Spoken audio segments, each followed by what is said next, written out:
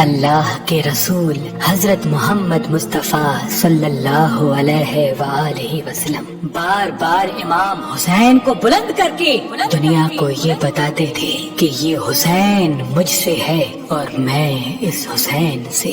اے لوگو، اگر اس حسین پہ کوئی مشکل وقت آ جائے اور یہ تم سے مدد طلب کرے تو اس کا ساتھ دینا، کیونکہ یہ جنت کے جوانوں کا سردار ہے، میرا خون ہے، میری اولاد ہے۔ لیکن افسوس، ابھی رسول اللہ کی رحلت کو تھوڑا وقت ہی گزرا تھا کہ کربلا کے میدان میں ایک طرف 9 لاکھ کا مجمع تھا تو دوسری طرف وہ حسین جس کو اللہ کے رسول اپنے کندھوں پہ سوار کرتے تھے۔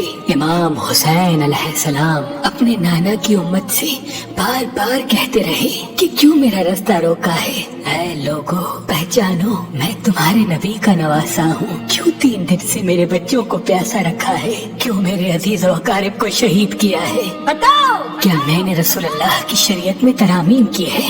کسی انسان کا حق کھایا ہے؟ کسی انسان پہ ظلم کیا ہے؟ اتنے میں فوج یزید ایک آواز میں کہنے لگی، اے حسین، ہم سب تجھے تیرے بابا علی کے بغض میں قتل کر رہے ہیں تاکہ یزید ہماری جھولیاں دولت سے بھر دے۔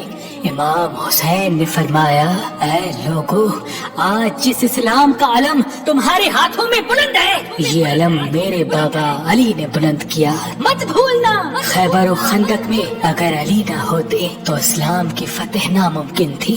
وہ علی جس نے پوری زندگی اسلام کی تبلیغ کی، حق کو بلند کیا، رسول اللہ کی حفاظت کی، آج اس علی کو یہ اجر دے رہے ہو۔ اے لوگو، بتاؤ، اللہ کے رسول نے بار بار میرے بابا علی کا ہاتھ بلند کر کے فرمایا تھا کہ جہاں حق ہوگا وہاں علی ہوگا، جہاں علی ہوگا وہاں حق ہوگا، اور آج اس علی اور اولاد رسول کو یہ اجر دے رہے ہو۔ اتنے میں یزید کی فوج کے سپہ سالاروں نے دیکھا کہ کہیں فوج میں بغاوت نہ ہو جائے۔ اے شمر، کیا دیکھ رہے ہو؟ حملہ کرو۔ بس لاکھوں کی فوج نے جب رسول اللہ کے نواسے پہ حملہ کیا، امام حسین علیہ السلام نے اللہ کا نام لیا اور ذوالفقار کو نیام سے نکالا۔ تاریخ گواہ ہے، ایک طرف لاکھوں کا مجمع اور ایک طرف 3 دن کا بھوکا پیاسا حسین ابن علی۔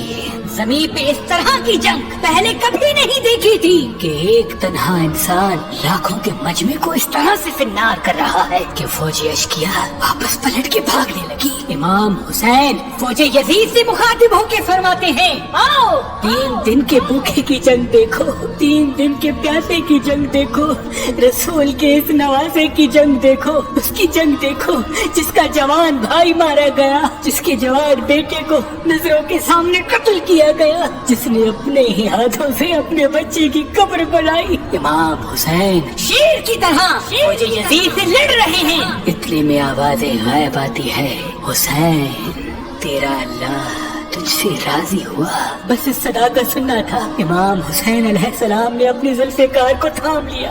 اتنے میں عمر بن سعد کہتا ہے، شمر، کیا دیکھ رہے ہو؟ یہ علی کا شیر ہے، اس کو مات دینا ناممکن ہے، جاؤ خیموں کو آگ لگا دو۔ بس کچھ ظالموں نے بیویوں کے خیموں کو آگ لگا دی اور کچھ امام حسین کو دور سے تیر مارنے لگے۔ امام حسین کبھی بیویوں کے خیموں کی طرف بڑھتے ہیں، کبھی فوج کی طرف جاتے ہیں۔ عمر بن سعد اور شمر نے فوج کو 4 حصوں میں تقسیم کر دیا اور یہ کہا کہ کوئی بھی حسین کے قریب نہ جائے، جس کے پاس جو چیز ہے وہ دور سے حسین کو مارے۔ جس کے پاس نیزہ تھا اس نے نیزہ مارا، جس کے پاس تیر تھے وہ تیر مارتا رہا، جس کے پاس برچیاں تھی وہ برچیاں مارنے لگا۔ تاریخ نے لکھا جس کے پاس مارنے کے لیے کچھ نہ تھا وہ کربلا کی گرم زمین سے مٹی اٹھا کے امام حسین کی طرف دیکھتا رہا۔